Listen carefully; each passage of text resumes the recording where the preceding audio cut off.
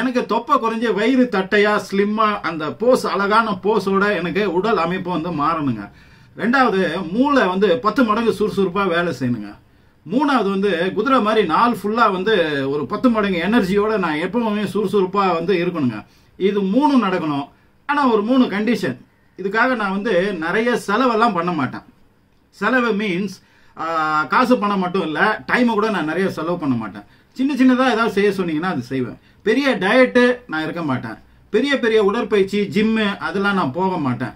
அந்த மாதிரி ஏதாவது ஒரு விஷயம் இருந்தா சொல்லுங்க அப்படின்னு கேட்கறவங்களுக்கு தான் இந்த வீடியோ. இந்த வீடியோல அப்படிப்பட்ட ஒரு விஷயம், அது உலக புகழ் பெற்று உலகின் பல லட்சக்கணக்கான பேர் வந்து அதை பயன்படுத்தி பலனடைஞ்சிருக்காங்க. அதாவது இது வந்து நம்ம சொல்ல போற அந்த விஷயம் வந்து வெறும் வயிறை தட்டையாக்கி ஸ்லிம் ஆக்கி உங்களுடைய போஸை அழகுபடுத்துறதுக்கு. இது கூட வந்து நம்மளுடைய டச்சுன்னு ஏதாவது ஒன்று இருக்கணும் இல்லையா? இதை பத்தி நான் வீடியோ போடணும்னு நினைக்கும் போது அது கூட நம்மளுடைய டச் ஏதாவது ஒன்று சேர்த்து நம்ம போடணும் அப்படின்னு நான் தேடும்போது இந்த மூளை சுறுசுறுப்பு ஆகிறதுக்கும் அதே சமயத்தில் நாள் ஃபுல்லா எனர்ஜியா இருக்கிறதுக்கும் இதுவும் வந்து இந்த உடல் தொப்பை குறைவதோட ரிலேட் ஆயிருக்கிற ஒரு விஷயம் வந்து என் கண்ணில் பட்டுது. அதாவது சயின்ஸ் டெய்லி அப்படின்ற வந்து வலைத்தளத்தில் ஒரு ஆர்டிக்கல் ஒன்று பெரிய டாக்டர்ஸ் டீமால எழுதப்பட்ட ஒரு ஆர்டிக்கல். இது என்னன்னா ஸ்கிரிப்ஸ் ரிசர்ச் சயின்டிஸ்ட் அறிவியலாளர்கள் வந்து ஒரு விஷயத்தை வந்து கண்டுபிடிச்சிருக்காங்க. பிரெயினுக்கும் நம்மளுடைய ஃபேட்டுக்கும் அதாவது கொழுப்புக்கும் நம்மளுடைய மூளைக்கும் உள்ள கனெக்ஷன், நியூரான் கனெக்டிவிட்டி அது எப்படி வந்து வேலை செய்யுது, இதுவரை என்ன நினைச்சிட்டு இருந்தோம் இப்ப என்ன ஆக்சுவலா நடக்குது அப்படின்ற ஒரு அற்புதமான ஒரு விஷயத்தை வந்து நேச்சர் அப்படின்ற ஜேர்னல்ல வந்து அவங்க மிகப்பெரிய ஆய்வு கட்டுரையா எழுதியிருந்தாங்க. அதை படிச்சுட்டு இருக்கும்போது தான் தெரிஞ்சது இதுக்கும் நம்ம சொல்ல போற விஷயத்துக்கும் பெரிய இணைப்பு இருக்கு. அதனால வேறு ஒரு விஷயத்தையும் அந்த விஷயத்தையும் இதோட சேர்த்து வந்து நம்ம ஒரே பயிற்சியா ஒரே விஷயமா ஒரு வீடியோல சொல்லணும். அந்த வீடியோ தான் இந்த வீடியோ. ஸோ இந்த வீடியோவை எதையுமே ஸ்கிப் பண்ணாம ஃபுல்லா பாருங்க. அப்பதான் என்ன நடக்குது அப்படின்றது வந்து உங்களுக்கு புரியும். அப்பதான் வந்து நம்ம சொல்ற விஷயத்த எந்த இதையும் மிஸ் பண்ணாம பெர்ஃபெக்டா அக்யூரேட்டா ஃபோக்கஸ்டா உங்களால பண்ண முடியும். இதுக்கு பெரிய நேரம் கிடையாது, பெரிய ஹெவி எக்ஸசைஸ் மாதிரி ஹெவியான விஷயம் எதுவுமே கிடையாது. ரொம்ப ரொம்ப சிம்பிளுங்க. ஜாலியா வந்து ஒரு 21 நாள் நீங்க பண்ணி பாருங்க. காலையில சாயந்தரம் ரொம்ப தமாசா ஜாலியா விளையாட்டா பண்ணி பாருங்க. பெரிய எஃபெக்ட், பெரிய விளைவுகள், நல்ல விஷயம் வந்து உங்க உடலுக்குள்ள நடக்கும்.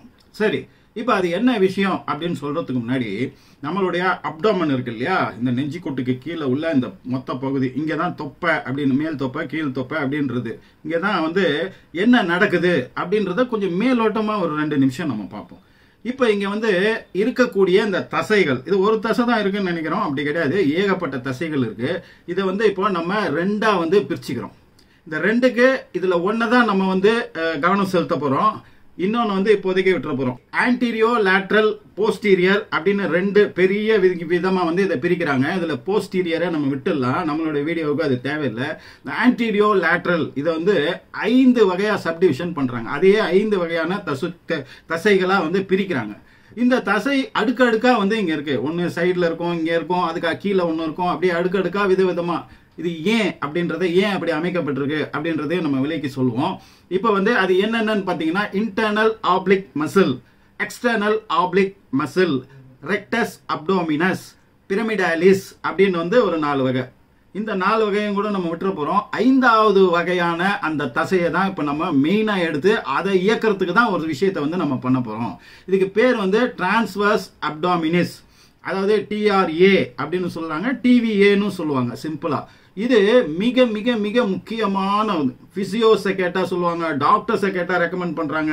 இது ரொம்ப வருஷமா ரொம்ப காலமா இதை வந்து ரெக்கமெண்ட் பண்ணிட்டே இருக்கிறாங்க. இதுல சைடு எஃபெக்ட் கிடையாது, பெரிய பக்க விளைவுகளோ வேறு விதமான விஷயங்களோ கிடையாது, செலவும் கிடையாது, எல்லாராலையும் பண்ணக்கூடிய ஒரு விஷயமா இருக்கிறதுனால இது சீக்கிரமா வைரல் ஆயிடுச்சு வேர்ல்டு ஃபுல்லா. உங்கள பல பேர் கூட இது தெரிஞ்சிருக்கும், தெரியாதவங்களும் இது திரும்பி ஒரு முறை பாருங்க. ஏன்னா இதுல நம்மளுடைய எசன்ஸ் ஒன்று சேர்த்திருக்கோம்னு சொன்னோம் இல்லையா, அதை மிஸ் பண்ணிடாதீங்க. சரி, இந்த டிரான்ஸ்வர்ஸ் அப்டாமினஸ் அது எங்க இருக்கு அப்படின்னு கேட்டீங்கன்னா இன்டர்னல் ஆப்ளிக் மசிலுக்கு கீழே அடியில வந்து இருக்கு. இதுதான் டீப்பஸ்ட் மசில். நம்ம இது அடுக்கடுக்கா இருக்கு இல்லையா, நம்ம தோல் பகுதியில இருந்து ஆரம்பிச்சீங்கன்னா ஒரு இதுவா வந்து சைட்ல பக்கத்துல அதுக்கு பின்னாடி பின்னாடி பின்னாடின்னு இந்த தசைகள் அடுக்கடுக்கா இருக்கு இல்லையா, கடைசியில உள் பக்கமா டீப்பா இருக்கக்கூடிய இந்த தசைக்கு பேரு தான் டிரான்ஸ்வர்ஸ் அப்டாமினஸ். இந்த தசைகள் எல்லாமே என்ன பண்ணுதுன்னா நம்ம உடலுக்கு உள்ள இருக்கிற ஆர்கன்ஸை பாதுகாக்கிறது மட்டும் இல்லாம நம்ம உடம்பை ட்விஸ்ட் பண்றோம் இல்லையா, குனிஞ்சு எந்திரிக்கிறோம் இல்லையா, அதே மாதிரி வளையிறோம் இல்லையா, இந்த ஒரு நெகிழ்வு தன்மையை இங்க கொடுக்கறது. மற்ற ஆர்கன்ஸை பாதிக்காமலும் நமக்கு உடம்பை வந்து இந்த இடுப்பு பகுதியில நம்ம வந்து சுத்தி வந்து நம்ம இதை வந்து இயக்குவதற்கும் இந்த தசைகள் வந்து பயன்படுது. இந்த தசைகள் எங்கேயாவது பிடிப்பு இருந்ததுன்னா நம்மளால அசைய முடியாது, பெயின் வரும், குனிய முடியாது, நிமிர முடியாது, இந்த மாதிரியான விஷயங்கள். ஸோ அந்த 4 வந்து நம்ம விட்டுற போறோம். அதனோட இயக்கங்கள் வந்து அவ்வளவு பெரிய விஷயம் இல்லை நம்மளோட சப்ஜெக்டை பொறுத்த வரைக்கும். இப்ப நம்ம சப்ஜெக்ட்ல நமக்கு வயிறு தட்டை ஆகணும் அப்படின்னும் போது இதுல 2 விஷயத்தை வந்து கவனமா எடுத்துக்கணும். நம்ம ஏற்கனவே ஒரு வீடியோல சொல்லியிருக்கோம். கொழுப்பை பொறுத்த வரைக்கும் மேஜரா பல வகைகள் இருந்தாலும் 2 விஷயம் மிக மிக முக்கியமானது. அதாவது விசரல் ஃபேட், சப்குட்டேனியஸ் ஃபேட். இந்த சப்குட்டேனியஸ் ஃபேட்ன்றது வந்து ஊழ சதை, தொங்கு சதை, அந்த மாதிரியான வேஸ்டா முன்னாடி இருக்கக்கூடிய அந்த தசைகள். அதனால பெரிய பாதிப்புகள், சின்ன சின்ன பாதிப்புகள் இருந்தாலும் பெரிய அளவுல உடலுக்கான பாதிப்புகள் கிடையாது. ஆனா இந்த விசரல் ஃபேட் இருக்கு இல்லையா, இதுதான் உள்ளுக்குள்ள இருக்கும். இந்த டிரான்ஸ்வர்ஸ் அப்டாமினஸ் தசை எப்படி உள்ளுக்குள்ள மறைஞ்சு கிடக்குதோ அதே மாதிரி இந்த விசரல் ஃபேட்ஸும் உள்ளுக்குள்ள ஒளிஞ்சு கிடக்கும்.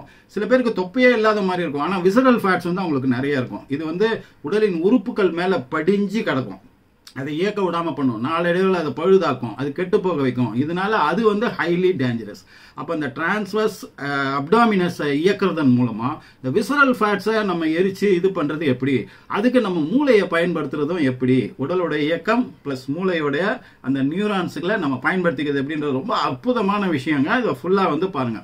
சரி, இந்த டிரான்ஸ்வர்ஸ் அப்டாமினஸ் தசை இருக்கு இல்லையா, அதையே நம்ம முக்கியமா எடுத்துக்கிறோம்னா இதுதான் நம்மளுடைய அந்த வெளியில இருக்கிற அந்த பிரஷர் இருக்குல்ல, பெரிய தொப்பை தொந்தி இருக்குதுன்னா அதனுடைய அழுத்தம் உள்ள வந்து ஆர்கன்ஸை, நம்மளுடைய உடல் உறுப்புகளை பாதிக்காமல் இருக்கிறதுக்கும், ட்ரங்க்னு சொல்லக்கூடிய உடலின் பகுதியை பாதிக்காமல் இருக்கிறதுக்கும், இந்த ஸ்பைன் நம்மளுடைய முதுகு தண்டு வடத்தை அது பாதிக்காமல் இருக்கிறதுக்கும், அதோட ஷேப்பை மாத்தாம இருக்கிறதுக்கு, இது எல்லாத்துக்குமே அதுதான் வந்து மிக மிக முக்கியமானது.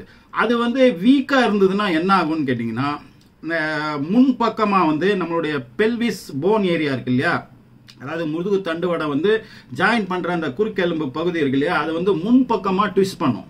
முன்பக்கமா ட்விஸ்ட் பண்ணும்போது என்ன ஆகும்னா முன்பக்கமா நம்ம வயிறு வந்து முன்பக்கமா வரும். அதுதான் நமக்கு தொப்பை அப்படின்றது ரொம்ப அசிங்கமா தெரியக்கூடியது. இருக்கிற கொஞ்சம் தொப்பை கூட நமக்கு முன்பக்கமா அது வந்து பல்ஜ் ஆகும் போது அசிங்கமான தொப்பை வரும். அதே சமயத்துல முதுகின் தண்டுவட பகுதியை உள் பக்கமா வந்து அது இழுக்கும்.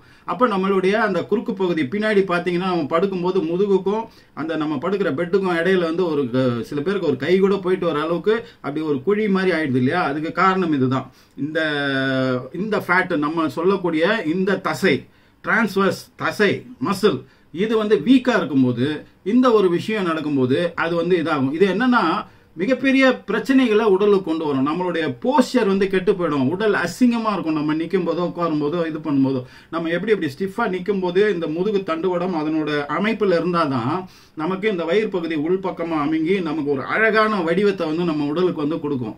அது வீக்கா இருக்கும்போது இந்த மாதிரி நடக்கும். இப்ப நம்ம என்ன பண்ண போறோம்னா, அந்த வீக்கா இருக்கிற பொதுவாகவே தொப்பை இருக்கிறவங்க அத்தனை பேருக்கும் அது வீக்கா தான் இருக்கும். இந்த வீக்கா இருக்கிறத ஸ்ட்ரெங்தன் பண்றதன் மூலமா இந்த வடிவத்தை ஸ்ட்ரைட்டன் பண்ணி அதன் மூலமா நம்மளுடைய முன்பக்க தொப்பையை வந்து உள்பக்கமா குறைப்பது அப்படின்றது ஒண்ணு. இதன் மூலமாக இந்த கொழுப்புகள் வந்து எப்படி கரைக்கப்படுது, எப்படி வந்து அது பண்ணுது அப்படின்றத தான் நம்ம இப்போ வந்து பேச போறோம். ரெண்டாவது, விசரல் ஃபேட்ஸை எரிப்பதற்கு இது எப்படி பயன்படுகிறதுன்னு.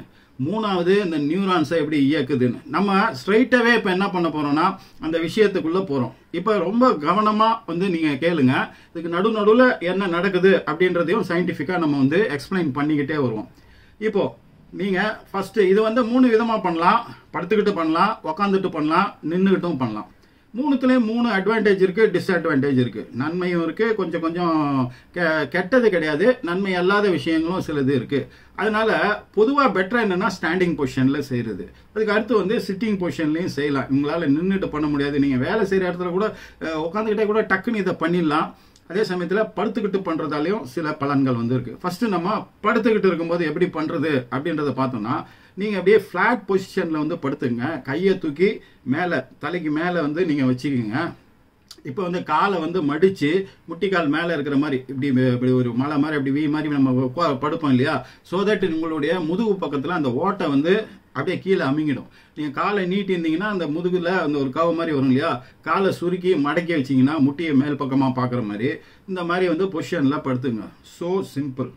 இப்போ நம்ம இந்த டிரான்ஸ்வர்ஸ் இந்த மசில் இருக்கு இல்லையா, இது செய்யக்கூடிய மிக முக்கியமான வேலை நம்மளுடைய சுவாசத்தை அது சீர் பண்ணிக்கிறது அப்படின்னு வந்து சொல்றாங்க. சுவாசம் சீரா இருப்பதற்கு அது ஸ்ட்ராங்கா இருந்தா தான் சுவாசம் வந்து ஸ்டீரா. அப்போ இது நுரையீரலை பாதிக்கக்கூடிய அளவுக்கான ஒரு விஷயமா இருக்குல்ல, நிறைய பாதிப்புகளை உண்டு பண்ணுதுன்னு இல்லையா, அதுல சுவாசம். அப்ப இந்த சுவாசம் சம்பந்தப்பட்ட இதை இப்ப நம்ம என்ன பண்றோம்னா, சுவாசத்தை நம்ம ஆக்டிவேட் பண்ணுவதன் மூலமா, சுவாசத்துல சின்ன ட்ரிக் ஒன்று பண்ணுவதன் மூலமா அப்படியே ரிவர்ஸ்ல வந்து நம்ம இந்த டிரான்ஸ்வர்ஸ் அப்டாமினஸ் தசையை வந்து நம்ம இயக்கி அதை ஸ்ட்ரைட்டன் பண்ண போறோம். இப்போ புரிஞ்சுக்கிச்சிங்களாங்களா? அப்போ நம்ம என்ன பண்ண போறோம் மூச்சில் அப்படின்னும் போது, படுத்துக்கிட்டே மடிச்சுக்கிட்டீங்களா, இப்போ மூச்சை நல்லா உள்ளே இழுங்க.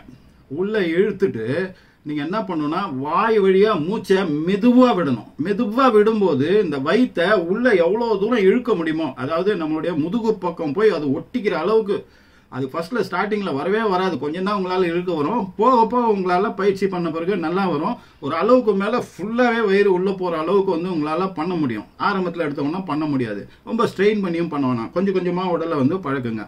அப்போ எவ்வளவு தூரம் முடியுமோ அந்த தொப்புள் பகுதியை ஒட்டி இருக்கிற வயிற்றை வந்து உள்ளுக்குள்ள நல்லா இருக்கு. அது மூச்சை வெளியே விடும்போது தான் உங்களால வயிற்றை வந்து உள்ள இழுக்க முடியும். அப்படி இழுக்கும் போது என்ன ஆகும்னா, உங்களுடைய அந்த டிரான்ஸ்வர்ஸ் அப்டாமினஸ் வந்து ஸ்ட்ரைட்டன் பண்ணப்பட்டு டைட்டன் பண்ணப்படுது. அதுக்கு வந்து ஒரு இயக்கத்தை கொடுக்கணும்னா இப்படித்தான் கொடுக்க முடியும். சுவாசத்தின் வழியாகவும் வயிற்றை உள்ள இழுப்பதன் மூலமாக மட்டும்தான் அதுக்கு வந்து இயக்கத்தை கொடுக்க முடியும். வேற என்ன விதமான உடற்பயிற்சிகளை நீங்க பண்ணாலும் அதை டிஸ்டர்ப் பண்ண முடியாது. வெளியில உள்ள தசைகளை தான் நீங்க வந்து டைட்டன் பண்றதோ அதை ப்ராசஸ் பண்றதோ பண்ண முடியுமே தவிர, நமக்கு மெயின் வந்து அந்த டிரான்ஸ்வர்ஸ் அப்டாமினஸ் வந்து ஸ்ட்ரைட்டன் ஆகணும், ஸ்ட்ராங் ஆகணும். அதுதான் மிக மிக முக்கியம். பல்வேறு விதத்துல உடலுக்கு அது பெனிஃபிட்டா அமையும் அப்படின்றனால.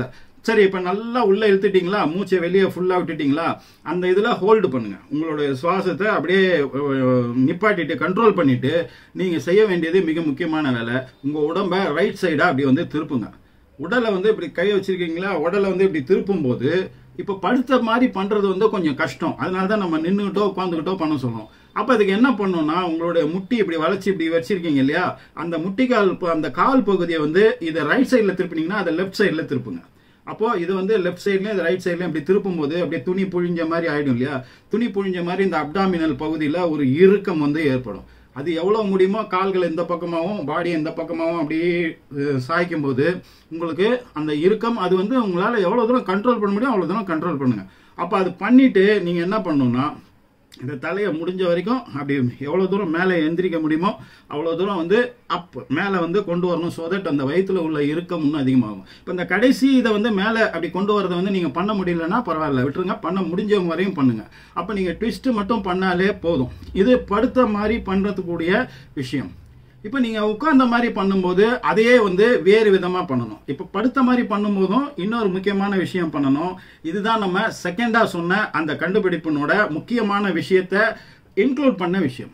எக்ஸ்ட்ரா ஃபர்ஸ்ட் நம்ம இது என்னன்றதை சொல்லிடுவோம், அப்புறம் ரெண்டாவது விஷயம் அது சேர்த்து செய்யறது எப்படின்றத சொல்லிடுவோம். இப்போ உட்கார்ந்த மாதிரி அதே பண்ணும்போது கைகளை மேலே தூக்கிட்டு நீங்க என்ன பண்ணணும், அதே மாதிரி சுவாசத்தை நல்லா உள்ள இழுத்துட்டு வாய் வழியா விடும்போது வயிறை உள்ள நல்லா இழுக்கணும்.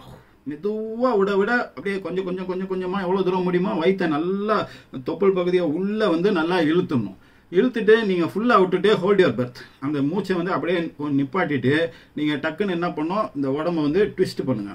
பாடி அப்படியே இருக்கணும், இடுப்புக்கு கீழே வந்து அப்படியே இருக்கட்டும். மேல் பக்கம் இது மட்டும் அப்படியே ட்விஸ்ட் பண்ணி நல்லா ட்விஸ்ட் பண்ணிட்டு அப்படியே கீழே எவ்வளவு தூரம் குனிய முடியுமோ அவ்வளவு தூரம் குனிங்க.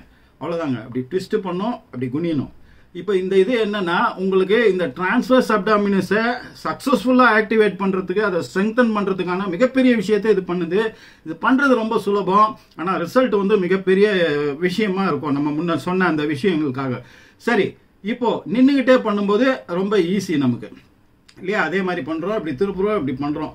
அதுக்கப்புறம் நார்மல் பொசிஷனுக்கு வந்துட்டு நீங்க மூச்சை வந்து ரிலாக்ஸ் ஆகிக்கிங்க. நார்மல் பிரீத் பண்ணுங்க ஒரு 10 செகண்டுக்கு. திரும்ப வந்து அகைன் கையை தூக்குங்க, மூச்சை உள்ள இழுங்க. மூச்சை வாய் வழியா விடும்போது உள் பக்கமா வயிறை இழுங்க. இப்ப ட்விஸ்ட் பண்ணுங்க. அவ்வளவுதான். சரி, இப்ப இது கூட இன்னொரு விஷயம் சேர்க்கணும். அது என்ன அப்படின்னும் போது, இந்த காது பகுதி இருக்கு இல்லையா, இதை வந்து நம்ம ஆக்டிவேட் பண்ண போறோம். ஒண்ணுமே இல்லைங்க.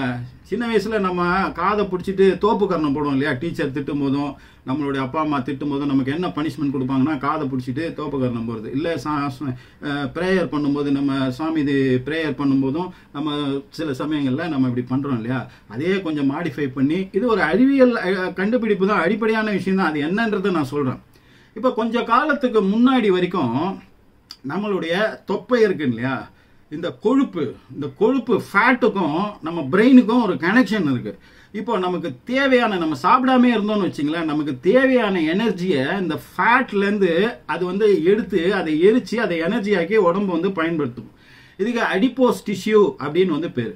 இந்த அடிப்போஸ் டிஷ்யூல தான் வந்து ஃபேட் வடிவத்தில், கொழுப்பு வடிவத்தில் எனர்ஜியை வந்து உடல் வந்து ஸ்டோர் பண்ணி வச்சுக்கும். அப்ப அது எவ்வளவு ஸ்டோர் பண்ணி வச்சிருக்கு அப்படின்ற இன்ஃபர்மேஷனை சில ஹார்மோன்ஸ் வழியா, ரத்தத்தில் மிதந்து கொண்டக்கூடிய ஹார்மோன்ஸ்கள் வழியா மூளைக்கு அது செய்தியா போகும். இதை வந்து செய்தியா தான் போகுது, அதுக்கப்புறம் அது தேவைப்படும் போது அதை பயன்படுத்திக்குது அப்படின்னு தான் நினைச்சிட்டு இருந்தாங்க. அதுக்கப்புறம் என்னன்னா parasympathetic nervous system, sympathetic nervous system இந்த ஃபேட் செல்ஸ், இந்த கொழுப்பு அணுக்களோட கனெக்ட் பண்ணப்பட்டிருக்கு, அதன் மூலமாக மெசேஜ் வந்து அங்க போகுது அப்படின்ற ஒரு விஷயத்தை கண்டுபிடிச்சாங்க. இப்போ நம்ம சொன்னோம் இல்லையா, அந்த நேச்சர்ல அந்த ஸ்கிரிப்ட் ரிசர்ச் சயின்டிஸ்ட் என்ன கண்டுபிடிச்சிருக்காங்கன்னா, சில சென்சரி நியூரான்ஸ் நம்ம உடலுக்குள்ள 100 பில்லியன் நியூரான்ஸ் இருக்கு. ஒரு பில்லியன்னா 1000 கோடி, அப்ப 100 பில்லியன்ஸ்னா எவ்வளவுன்னு பாத்துங்க. இதுல 90% நம்ம மூளையில இருக்கு. குறிப்பிட்ட வகையான சென்சரி நியூரான்ஸ் வந்து இந்த வேலையை செய்து, எப்படி செய்யுதுன்னா, எவ்வளவு அடிப்போஸ் டிஷ்யூ இருக்கு, எக்ஸ்ட்ரா எவ்வளவு இருக்கு, அது எவ்வளவு எனர்ஜியை வந்து கரைக்கணும், அதுக்கு என்ன வேலை செய்யணும் அப்படின்ற இன்ஃபர்மேஷனோட சேர்த்து ஒரு டேட்டா அனாலிசிஸ் மாதிரி அந்த சென்சரி நியூரான் வந்து பிரெயினுக்கு சொல்லுது. ஸோ தட் பிரெயின் வந்து அந்த விஷயத்தை ப்ராசஸ் பண்ணி அதுக்கு ஆர்டர் கொடுக்குது.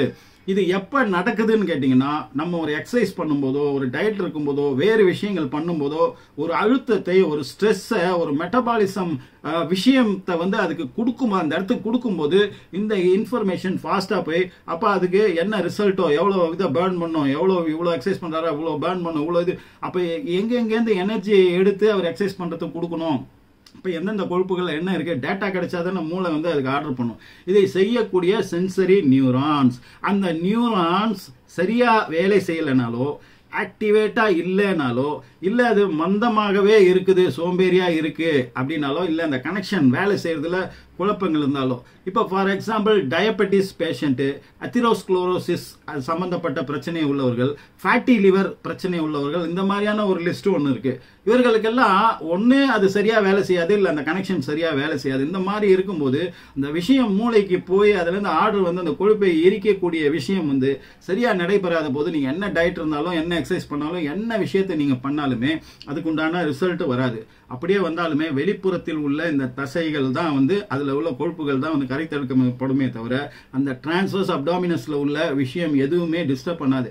அது பண்ணாத வரைக்கும் உடலில் கோளாறுகள் இருக்கும். உடலில் கோளாறுகள் இருக்கும்போது இந்த விஷயம் பாதிக்கும். இது ஒரு சைக்கிள் மாதிரி, இது பிரச்சனையான அது பிரச்சனையானது. இப்ப நம்ம ரிவர்ஸ்ல வந்து டிரான்ஸ்வர்ஸ் அப்டாமினஸை வந்து ஸ்ட்ரெங்தன் பண்ணி அதன் மூலமா அடிஷனலா இந்த நியூரான்ஸுகளை ஆக்டிவேட் பண்றதுக்கு ஒரு விஷயத்தையும் பண்ணிட்டோம்னா, அந்த நியூரான்ஸுகள் மூளையிலேருந்து அந்த ஆர்டர் வரதும் எஃபெக்டிவா, ரொம்ப 10 டைம்ஸ் ஃபாஸ்டரா எஃபெக்டிவா அதுங்க வேலை செய்யும்போது கொழுப்பை குறைக்கக்கூடிய விஷயம், குறிப்பா இந்த விசரல் ஃபேட்டை குறைக்கக்கூடிய விஷயம் அதிபயங்கர வேகத்துல வந்து நடக்குது அப்படின்ற ஒரு விஷயம் தான் அவங்க சொன்னது. அதை இப்ப நம்ம பயன்படுத்த போறோம். இதை வந்து ஆக்டிவேட் பண்றதுக்கு இந்த காதை வந்து நம்ம பயன்படுத்த போறோம். இந்த காதுல வந்து உடலினுடைய அத்தனை ஆர்கன்ஸும் கனெக்ட் ஆயிருக்குங்க. இது ஒரு பாயிண்ட்டும் ஒரு இதோட கனெக்ட் ஆயிருக்கு. அதே மாதிரி காதின் உள்பக்கத்துல ஒரு ட்ரம் ஒன்று இருக்கு, அதுவும் உடலின் முக்கியமான உறுப்புகளை வந்து கனெக்ட் பண்ணுது அப்படின்னு சொல்றாங்க. இது எல்லாத்தையுமே ஆக்டிவேட் பண்றதன் மூலமா அப்படியே நம்ம நியூரான் எப்படி டைரக்டா ஆக்டிவேட் பண்ண போறோம். பிளஸ் உடலில் உள்ள அத்தனை ஆர்கன்ஸையும் நம்ம ஆக்டிவேட் பண்றது எல்லாம் மல்டி பர்பஸ். ரொம்ப சிம்பிள். என்னன்னு கேட்டீங்கன்னா, இந்த காது பகுதி இருக்கு இல்லையா, இந்த காது பகுதியோடைய இந்த வளைவு இருக்கு பாருங்க. இந்த வளைவை வந்து ரெண்டு பக்கம், இப்ப நம்ம கையை தூக்கிட்டு நம்ம மூச்சை இழுத்து அந்த மூச்சை வாய் வழியா விடும்போது வயிறை இழுக்கணும் இல்லையா, அந்த ப்ராசஸ் பண்ணும் போதே, இல்ல பண்றதுக்கு முன்னாடி கூட நீங்க பண்ணிட்டு இதை செய்யலாம். பண்றதுக்கு முன்னாடி நீங்க எப்படி ஆக்டிவேட் பண்றது அப்படின்றத இப்ப ஃபர்ஸ்ட் பார்ப்போம். இப்ப நீங்க இந்த மூச்சு இது பண்றதுக்கு முன்னாடி இந்த காதுடைய இந்த அவுட்டர் மடலை வந்து கொஞ்சம் கொஞ்சமா பிரஸ் பண்ணி ஸ்குவீஸ் பண்ணுங்க. பிரஸ் பண்ணி இப்படி ஸ்குவீஸ் பண்ணுங்க. ஸ்குவீஸ் பண்ணிட்டு உள் பக்கமா உள்ள கையில அந்த அந்த உப்பிட்டு இருக்கு இல்லையா, அந்த பகுதி அத்தனையும் பண்ணுங்க. அப்புறம் இந்த இடத்துல ஒரு முக்கோணம் மாதிரி இருக்கு பாருங்க, அதை பிரஸ் பண்ணுங்க. அப்புறம் காதின் கீழ் பகுதி இதை நல்லா அப்படி இழுத்து வெளிப்பக்கமா இழுத்து நல்லா வந்து இதை ஸ்குவீஸ் பண்ணுங்க. இது ஃபர்ஸ்ட். அதுக்கப்புறம் இந்த காதை வந்து என்ன பண்ணணும்னு கேட்டிங்கன்னா, இந்த காதை நல்லா வந்து இப்படி மூடணும். இந்த காதை வந்து நல்லா வந்து இப்படி மூடணும். இப்படி மூடி 2 பக்க காதையும் இப்படி மூடி திறக்கணும், மூடி திறக்கணும். சரி, அதுக்கப்புறம் இந்த முக்கோண பகுதி இருக்கு இல்லையா, இதை கையால் வச்சு இந்த ஓட்டையை மூடணும். காதோட இதை அமுத்துனீங்கன்னா காதோட ஓட்டை வந்து மூடிடும். இந்த இடத்துல இருக்கு பாருங்க துருத்திக்கிட்டு, இதை வந்து அப்படி ப்ரெஸ் பண்ணிங்கன்னா உங்களுக்கு சவுண்டு எதுவும் கேட்காது, அந்த ஓட்டையை வந்து மூடிடும். அப்போ அது மூடிட்டு டக்குன்னு கையை எடுங்க, மெதுவாலாம் எடுக்கக்கூடாது, டக்குன்னு கையை எடுங்க, டக்குன்னு கையை எடுங்க. அப்போ ஒரு அழுத்தம் இப்போ இந்த இடத்துல உள்ள ட்ரம்முக்கும் அதுக்கு பின்னாடி உள்ள ட்ரம்முக்கும் ஆக்டிவேட் ஆகும். அதுக்கப்புறம் அந்த காது பின்னாடி போய் ஜாயிண்ட் ஆகிற இடம் இருக்கு இல்லையா, இந்த காது பின்னாடி போய் ஜாயிண்ட் ஆகிற இடம், அது மேலேருந்து கீழே வரைக்கும் ப்ரெஸ் பண்ணி ஸ்குவீஸ் பண்ணிகிட்டே வாங்க. ஸ்குவீஸ் பண்ணிகிட்டே வந்துட்டு இந்த 2 சைடு இருக்கு இல்லையா, இந்த 2 சைடை கை விரலால் ப்ரெஸ் பண்ணி இப்படியே ப்ரெஸ் பண்ணி இப்படி நீவி விடுங்க. அவ்வளோதாங்க. இது நீங்கள் பண்ணிட்டீங்கன்னா உங்களுடைய உடல் உறுப்புகள் அத்தனையும் நம்ம செய்ய போகிற விஷயத்துக்கு ஆக்டிவேட் ஆகிடும். ஃபஸ்ட்டு தூங்கிட்டு இருக்கிறதெல்லாம் தட்டி எழுப்பி ரெடி ஆகுங்க, நான் ஒரு விஷயம் பண்ண போகிறேன் அப்படின்னு சொல்கிறது, அவ்வளோதான். அதுங்க தூங்கிட்டு இருக்கும்போது நீங்கள் என்ன பண்ணீங்களா என்ன பிரச்சனை இருக்குது. ஃபஸ்ட்டு அதுங்களெல்லாம் அந்த எழுப்பி விட்டு அலர்ட் பண்ணி விடுறதுக்காக இந்த ப்ராசஸ்.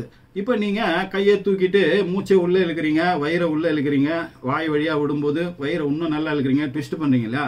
இந்த சமயத்துலலாம் நீங்கள் செய்ய வேண்டியது காடுனுடைய இந்த தொங்குற பகுதி இருக்கு இல்லையா, இதை நல்லா இழுத்து ஸ்குவீஸ் பண்ணிகிட்டே இருங்க. இதை நல்லா இழுத்து இதை ஸ்குவீஸ் பண்ணி, இதே தான் நியூரான்ஸை ஆக்டிவேட் பண்ணக்கூடிய சிம்பிளான டெக்னிக். இங்கே வந்து இதை நல்லா ரொம்பலாம் பிடிச்சி இழுக்க வேணாம், லைட்டாக கொஞ்சம் இழுத்துட்டு நல்லா இதை ஸ்குவீஸ் பண்ணிக்கிட்டே இப்படி திரும்பி இப்படி குனிங்க, இப்படி திரும்பி இப்படி குனிங்க. 2 சைடும் திரும்பணும், இந்த சைடும் திரும்பணும், இந்த சைடும் ட்விஸ்ட் பண்ணணும். அப்போ ட்விஸ்ட் பண்ணி குனிவது, எவ்வளோ தூரம் முடியுமோ அவ்வளோ தூரம் குனிவது, இந்த பக்கம் குனிவது. அதே சமயத்தில் மூச்சை உள்ளே இழுத்து நல்லா இதை ப்ரெஸ் பண்ணி வாய் வழியாக மூச்சு விடுவது. அப்போ இதில் அந்த டிரான்ஸ்வர்ஸ் அப்டாமினஸ் பண்ணக்கூடிய விஷயம், ஆர்கன்களை ப்ரெஷர் வெளிப்புற அழுத்தம் உள்ள உடல் உறுப்புகளை தாக்காமல் பாதுகாக்கக்கூடிய விஷயம், நம்மளுடைய பிரீத் சுவாசத்தை சீர்படுத்தக்கூடிய விஷயம், நம்மளுடைய முதுகு தண்டுவடத்தை நேராக்கி அதன் மூலமா அந்த உடல்ல உள்ள அந்த தசைகளை வந்து இறுக்கி பிடிப்பதன் மூலமா நமக்கு ஒரு அழகான போஸ்டரை வந்து கொடுக்கறது. இந்த வயிறு அப்படியே சர்ன்னு உள்ள வந்துடும். அதுக்கப்புறம் அந்த நியூரான்ஸ்களை ஆக்டிவேட் பண்ணுறது மூலம் வெளியில் உள்ள தசை அணுக்களில் உள்ள அதில் உள்ள கொழுப்புகள் எல்லாமே எரித்து அது வந்து எனர்ஜி ஆக்கிடும். சரி, இப்போ இவ்வளோதான் விஷயம். இதை தான் நீங்கள் பண்ணணும், இதை கரெக்டாக பண்ணணும். என்ன நடக்குது அப்படின்ற விஷயத்தோட நீங்கள் உள்ளே இழுக்கும் போதே உங்களுக்கு நல்லா தெரியும், அந்த ப்ரெஷர் உள்ள இதாகிறது, வயிறு இதாகிறது. அந்த உள்ளே இழுத்து நீங்கள் மூச்சை மெதுவாக விடும்போதே உங்களோட முதுகு தண்டுவடம் ஸ்ட்ரைட் ஆகி உங்கள் போஸ்டர் அழகாகி நீங்கள் கண்ணாடியில் பார்த்துக்கிட்டே இதை செஞ்சு பாருங்கள். உங்கள் உடல் வந்து அப்படியே ஒரு மாதிரி இப்போ அசிங்கமாக இருந்தது, அப்படியே ஸ்ட்ரைட் ஆகி ஸ்டிஃப் ஆகி ரொம்ப அழகான உருவமாக மாறுவது. இது திருப்பி திருப்பி திருப்பி பண்ணும்போது ஒரு 21 நாள் பண்ணும்போது அது அப்படியே செட்டில் ஆகிடும் உடம்புல. உடம்பு வந்து ரொம்ப அழகாயிடும். ரெண்டாவது, இதுக்கு எதுவும் குறிப்பிட்ட டயட் எதுவும் இருக்கணுமானா டயட்லாம் இருக்க வேணாம். ஒன்லி கார்போஹைட்ரேட்ஸ் நிறைய சாப்பிடாம அதை அவாய்ட் பண்ணுங்க. கார்போஹைட்ரேட்ஸ் நிறைய இருக்கிற உணவுகளை கொஞ்சம் கொஞ்சமாக சாப்பிடுங்க, அது டேஸ்ட்டுக்காக சாப்பிடுங்க. அதையே மெயின் உணவாக வந்து நீங்கள் சாப்பிடாதீங்க. அதுக்கடுத்து ஸ்வீட்டை வந்து 100% அவாய்ட் பண்ணுங்க. அது வந்து வீட்டில் உள்ள சர்க்கரை சீனியாக இருந்தாலும் சரி, இல்லை ஆர்டிஃபிஷியல் ஸ்வீட்னரோ, இல்லை ஸ்வீட்னர் யூஸ் பண்ணுறீங்கன்னா ஸ்வீட்னர் சம்மந்தப்பட்ட விஷயங்களோ, இல்லை அது போட்டு பண்ணப்பட்ட தின்பண்டங்கள் கடையிலையோ இதெல்லாம் வாங்குறது, ஸ்நாக்ஸு அந்த மாதிரியான விஷயங்கள், ஃபாஸ்ட் ஃபுட்டு இதெல்லாம் கொஞ்சம் ஒரு 21 நாளைக்கு வந்து தவிர்த்துருங்க. சுகர் சம்மந்தப்பட்ட விஷயங்களை 21 days கார்போஹைட்ரேட்ஸை அவாய்ட் பண்ணுங்க. அப்புறம் முக்கியமான விஷயம், அந்த 6 o'clock ஆஃப்டர் 6 நோ மீல்ஸ் அப்படின்றது. இப்போ சாயந்தரம் 6 மணிக்கு மேலே சூரியன் அஸ்தமிச்சதுன்னு வச்சிங்களேன், அஸ்தமனத்துக்கு அப்புறம் வந்து நம்ம சாப்பிடவே கூடாது அப்படின்னு நம்மளுடைய பாரம்பரிய வைத்திய முறையில் வந்து சொல்லியிருக்காங்க.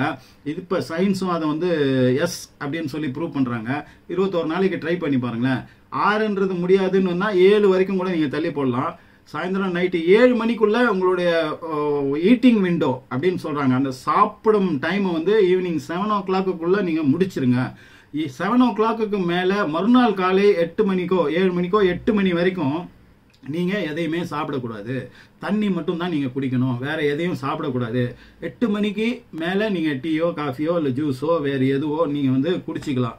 6 to 8 14 மணி நேரம் என்ன நடக்குதுன்னா ஃபர்ஸ்ட் 6 to 7 hours நம்ம அந்த 7 மணி 6 மணி 7 மணிக்கு சாப்பிட்ட சாப்பாடு ஜீரணமாயி அது சத்தா மாற்றப்பட்டு உடல்ல அந்த ப்ராசஸ் எல்லாம் நடந்து முடிஞ்சு வயிறு காலி ஆகிறதுக்கு அந்த 6 to 7 மணி நேரம். அதுக்கப்புறம் உள்ள 7 மணி நேரம் தான் வெரி வெரி கோல்டன் ஹவர்ஸ்ன்றாங்க.